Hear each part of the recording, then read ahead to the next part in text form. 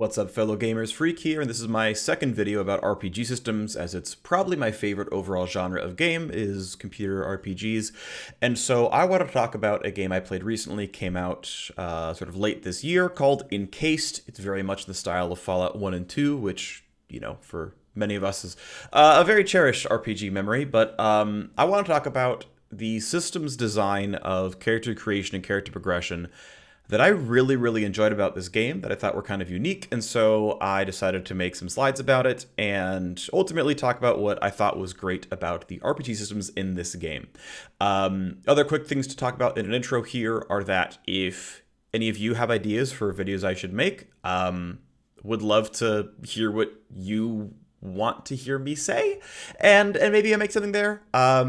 And otherwise, I may consider to go off script a little bit. Usually with these, I have the entire thing scripted out because I tend to ramble. So we'll see if I do any of that and it looks a bit better. So let's talk about it. Encased has a really interesting character creation system as well as a very interesting character progression system. So you might remember from my Cyberpunk 2077 video, which is sort of part one of the series, which is that I hate it when games make me make uninformed choices. I think informed choices are really interesting because it lets me kind of weigh pros and cons and then deal with the consequences. And I'm fine if these are sort of uninformed moral choices. You know, I'm ultimately okay with whatever comes out as the consequences, but ask me to make like uninformed mechanical choices is really weird when I have to live with those consequences for a very long time. I think it's really shitty. This is especially true when these errors tend to be off by one. So I talked in the previous video about the early Fallout games where a perk could give you increased critical strike chance with ranged weaponry if your agility and perception scores were both 8 or higher. But if one of those numbers was 7, you just get nothing. There's no perk access, and an incredibly large part of your late game power budget is just not available to you. And I don't think this is a very good choice. This isn't like, okay, I'm choosing to side with the peaceful farmers instead of brokering a deal with the raiders, and then, ooh, I figured out afterwards that, well, the farmers are actually incompetent, and, a different, civilization takes them over, and they get all land taken anyway, and it's like, okay, yeah, I could have realized that, the habitual peace lovers were not going to fight for their own land. Like, okay, maybe, yeah, I should have thought about finding a security deal with someone else, and that would have worked out. Like, this all feels logical, and that's fine. But, that makes sense. I made a good sniper, but not good enough because my agility was 7. That's the game's fault to me. That's not my fault. That's the game not being nearly clear enough. That's the game designer's fault for making my good sniper not good enough. If anything, those requirements should err on the low side. And it's like, well, but I'm really not a sniper, so I don't need the sniper perk, right? I don't really need a crit because, it's... that makes way more sense. So again, for a perk literally titled sniper, I think it's pretty terrible. Now, Encased does some interesting things that I think should be lauded, and this can go a couple of steps farther. We'll talk about that later, but again, I think Encased is really neat. So the major systems, a lot of this is going to be really common for any of us who play a lot of RPGs. There's attributes, there's skills, and there are perks. This is exactly what Fallout has. And yes, this is common across a lot of RPGs, and that's fine. Familiarity tends to be good because it helps players understand a system really quickly. As soon as I saw this, I knew what was going on, and that's good. It doesn't need to be unique, it just needs to be interesting and fun to grapple with. So a relatively old school system. You gain experience for your actions. You level up once you get enough experience, and then you kind of spend points on that level up to upgrade skills. And every few levels, you also then snag a perk. Again, very much exactly Fallout 1 and 2, which was clearly an inspiration for this game, and that's all fine. I think this is a great system overall. Now, skills are also initially based on your underlying attributes. They initially sort of scale your initial skill growth, but you can well skill beyond that, so it doesn't really matter too much what that does. This is nothing new, and that's fine. So here we go to an interesting snag number 1. Each skill has sub-skills. There's a lot to take up in this slide. Kind of take your time. Don't worry about it. We're not going anywhere for a while. The criminal skill, for example, which is not the one highlighted because I didn't think of that in time. Once you reach 30 points in criminal, you gain the ability to lockpick doors. Now, some doors may need more than 30 points of criminal to pick, but that's fine. You don't get the option to even try until you get 30 points directly invested into criminal. So in the game's context, 30 points is not a lot, but it is enough to require conscious effort for most builds. Most builds don't start at 30 or higher. And this continues on, so you can have skills for combat skills or sub-skills for combat skills as well. So you end up getting like special attacks. So at a certain breakpoint, you get like non-lethal blunt weapon attacks, which comes online at 60 plus in melee weapons. You get enough in your speech equivalent, and it raises your companions' opinions of you. That's a sub-skill. Every 30 points in a skill gives you 4 new sub-skills. You can see here, there's a capstone at 150 for a total of 17 sub-skills per skill, and that is a lot of content for a game with 14 skills in and of itself. That's a pretty big multiplication problem. That's several hundred sub-skills to design. And so, yeah, that takes a lot of effort, but they went for it, and I really like it. I think it's actually handled quite well. Even if I can totally pick every lock in the base I'm currently in, if I further raise my criminal from, say, 60 to 90, I get even new toys to play with, even if I'm not really getting anything out of the lock-picking aspect of it. That because there's so many things to scale and so many things to get, that's actually interesting. It means that if I like really go hard on a criminal thing, I get other things to do, and that seems really, really fun. I think it's great. So now we get to the interesting twist with sub-skills. As you can see, some of these are grayed out. Some of them are locked behind other skills, or sometimes even attributes. Lockpicking, that skill actually requires 15 points in technical. That's not that bad. And okay, yeah, we're not there yet. Requires 15 points in technical ability, which, okay, again, not that very high. You often get it just on character creation, but you may have to spend a little bit of effort to do that. And what's nice is this at least makes sense on a sort of lore perspective, right? Like understanding the inner workings of a lock kind of makes some sense. So let's talk about it a little bit more, right? So my charisma attribute, as an attribute, gives me extra points in influence, and influence is the skill that governs dialogue checks. And by the way, this is the skill we're looking at here, is influence. Okay, sure, whatever.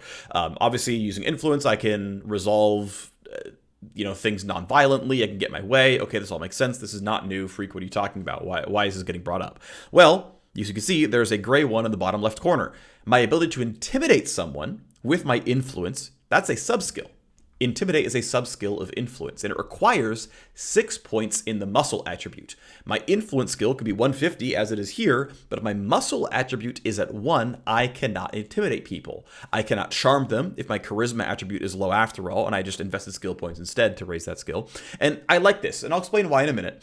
But this is the first time I've seen this kind of skill system, and it's the first time I've seen this actually make sense in an RPG. Now, of course, it's possible to conceptualize intimidating someone without using physical prowess, right? I can threaten your family, or I can threaten repercussions down the line, and that can be intimidating. I don't need to be strong for that to happen. Having someone else at knife point doesn't need me to be very strong. If they're tied up, like, that's intimidating. But to meet the game where it is, in the way it's designed, physical intimidation, which is what these things actually are in every given case, physical intimidation requires a physically intimidating body. Now, of course, if you play something like Dungeons & Dragons, especially in like 5th edition, it has a rule where you can substitute a primary attribute for another attribute if that skill check makes sense this way. But intimidation in Dungeons & Dragons is still a charisma skill. And all I need is charisma and to check the box that I'm proficient in intimidation. And suddenly, I'm the perfectly intimidating character off of, very, very few choices. Just in the character sheet from level 1, we've done it. Bam. And sure, okay, rules is written. Dungeons & Dragons can indeed freely substitute charisma for another attribute like strength, but you can't really do that for an RPG. So the fact that there's something there kind of in this game where you've got this sub-skill and it says, okay, yes, obviously, you have to be practiced at intimidation, but you also need to be strong. This actually works for me, and I think it's actually pretty clever. Now, that said, if I had stopped here and requiring a muscle attribute of 6, that would feel a lot like that Fallout sniper perk thing. So what's going on here? Well, there is an extra special thing going on here. It's not the same as Fallout because Encased does something neat, and it's why I'm making this video in the first place. Well, innovation rule number 2 is parentheses. Encased, like many RPGs, has a bunch of derived stats.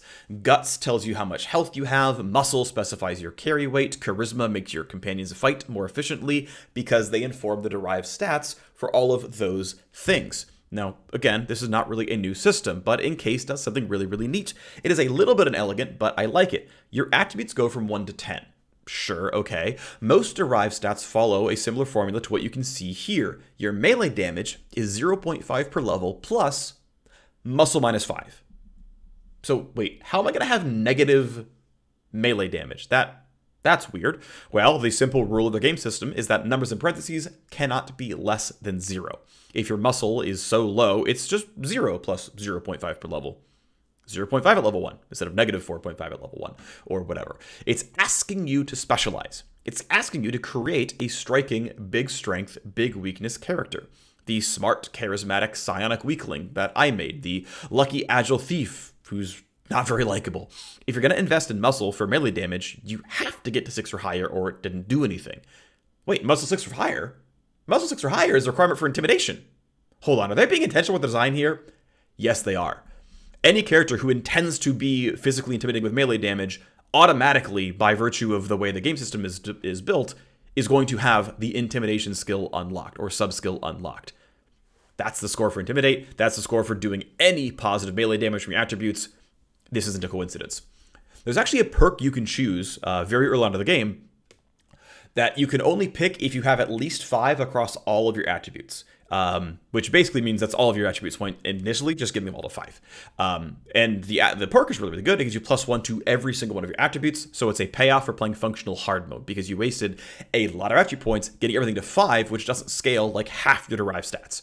Almost every derived stat with parentheses subtracts 5 from the total in the first place. So even with the perk, you're now at 6 and you're barely scaling all of your attributes for anything. And yeah, again, it's functional hard mode. You could have dropped several of these back down to 1 point and lost almost nothing and gotten a bunch of other attributes all the way to 10 and gotten a lot. So specializing really is very powerful, and they're asking you to do it with a system like this. I think this is a really, really cool system. It's a really fun innovation. I think it's really neat, and it actually causes you to make these stratified characters. So one, again, it bypasses your off by 1 errors because almost all requirements are at 6, so they're all going to line up, but it also incentivizes to build your character with 1s and 10s. So the game does illustrate its derived stats on character creation. You know that action points are based off of deafness and fortune. You know that evasion is deafness and perception.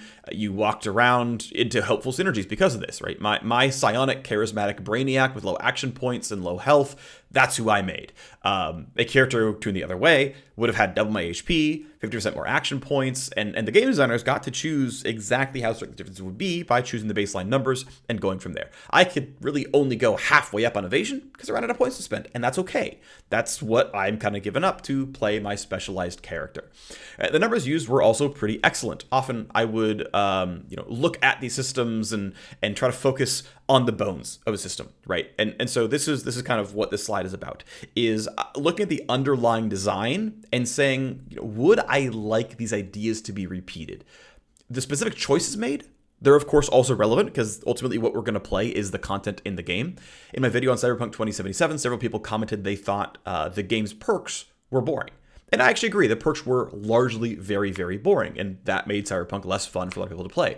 But as I was playing the game, I was like, wow, the underlying systems are really fun. The bones were good, but the meat of the system was pretty weak. The perks in Cyberpunk should have felt a lot more exciting, and all the incremental, better at shooting gun stuff should all have been in the per level skill upgrades, or even in the attribute points in some cases, because that was also a pretty gradual growth. In this case, though, Encased chooses good number tuning. The meat is also pretty solid. Across 8 attributes, you get 45 points to spend. So that's 4 at 10, 4 at the minimum, and then 1 extra point, which I actually kind of like a little bit because you get 1 more choice to make. And I kind of sat there for a while like, what should go to 2? And I chose Guts at the very end. I think that's actually really kind of clever.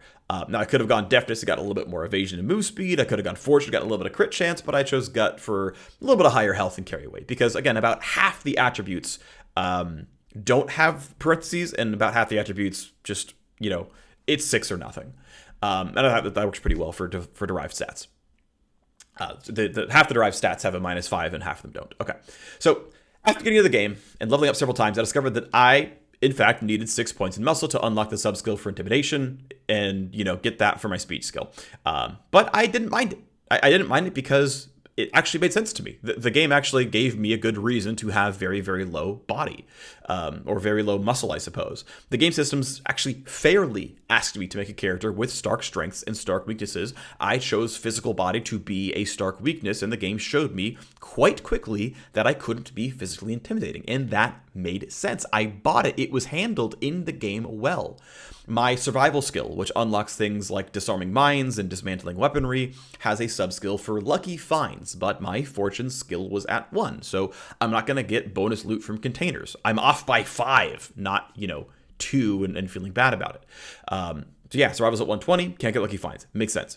It is impossible to get all these sub-skills on a single playthrough, but I didn't feel like I missed out because none of them were for stupid reasons. I missed out on them for role-playing reasons. Just like I missed out on a bad ending because I didn't save the townstead because I didn't side with the right alliance. Yeah, that was a role-playing choice, and it turns out they weren't very good at their jobs, and that's okay. But there's no off-by-1 garbage. I had a real character with real weaknesses and real strengths.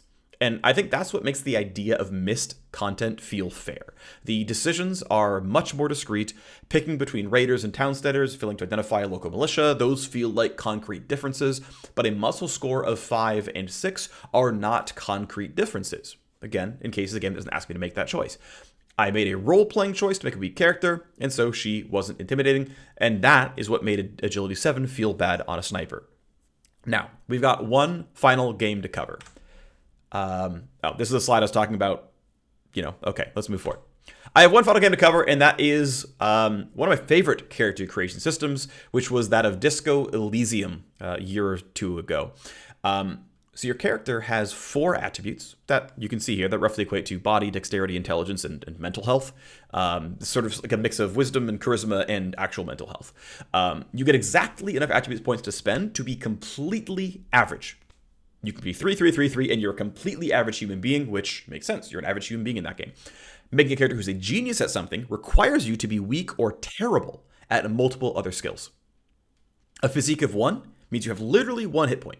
Anything that damages you will kill you on the spot. A psyche of 1 means that anything that demoralizes you will provide a similar game over in that your character gives up because they're mentally very, very weak and they're just not dealing with it anymore. Now, even with a score of 1, there are ways to raise those health bars and still beat the game, just through regular in-game actions. But the important part is the game actually crystallizes choices and makes you take real role-playing decisions because you have to give something up that's meaningful in order to get these strengths.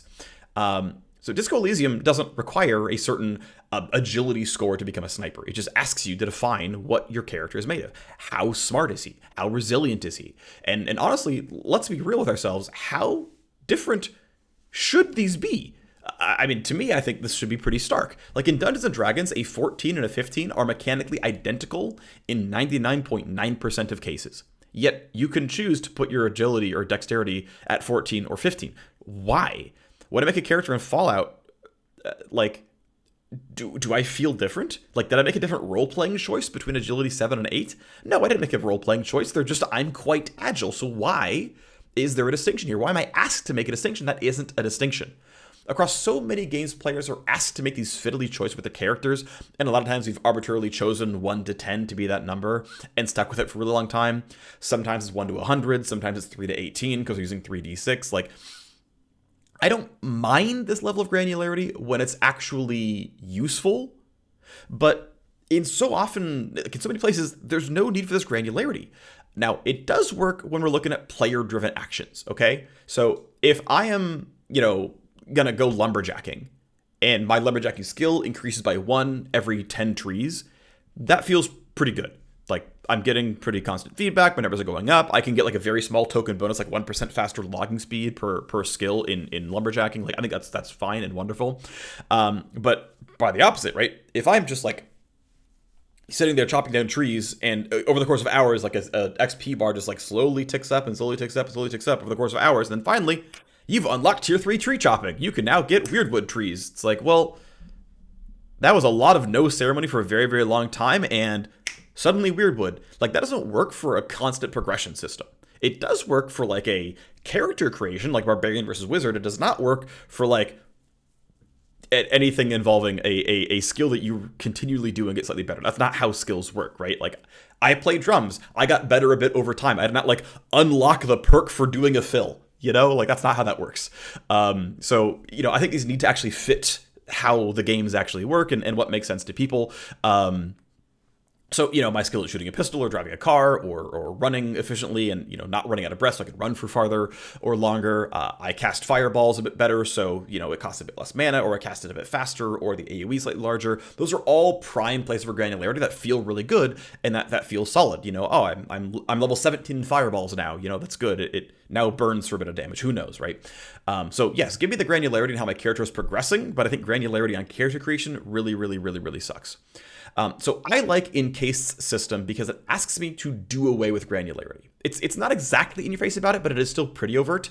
The systems clearly reinforce a ones and tens mentality, and it does it really strongly. And again, there's a perk that's practically a joke as a reward for making a mediocre character with 5, 5, 5, 5, 5, 5, and then there's enough for a 10 at the very end. +1 to 8 different attributes is obscenely overpowered. For any other character, this would be like an auto-include, but you have to make a really, really crappy character to do that. It's super milquetoast, super non-committal, and you barely scale any of your stats by doing it. Disco Elysium does this by just getting rid of the granularity entirely, right? And you just have 4 attributes. There's only 6 points in each one. You get very, very few points. And so when I was making my character in Disco Elysium, I actually felt that allocating those points was far more nerve-wracking in a good way than min-maxing any of my Fallout or Pillars of Eternity or Dungeons & Dragons characters that I've made over the course of the years. So ultimately, and then even Cyberpunk here did this pretty well. Also, by heavily constraining attribute points at the very beginning of the game, you couldn't go all in one attribute. You kind of had to go a bit wide, and then you got 49 more attribute points by just leveling up over the course of the game. So, it didn't really matter what you chose, which, is an okay balance between letting players make choices, but also not letting players screw themselves because it didn't ultimately matter what your attribute points were. I think that's fine. It's a little weird that it's kind of useless, but it's not bad at the very least.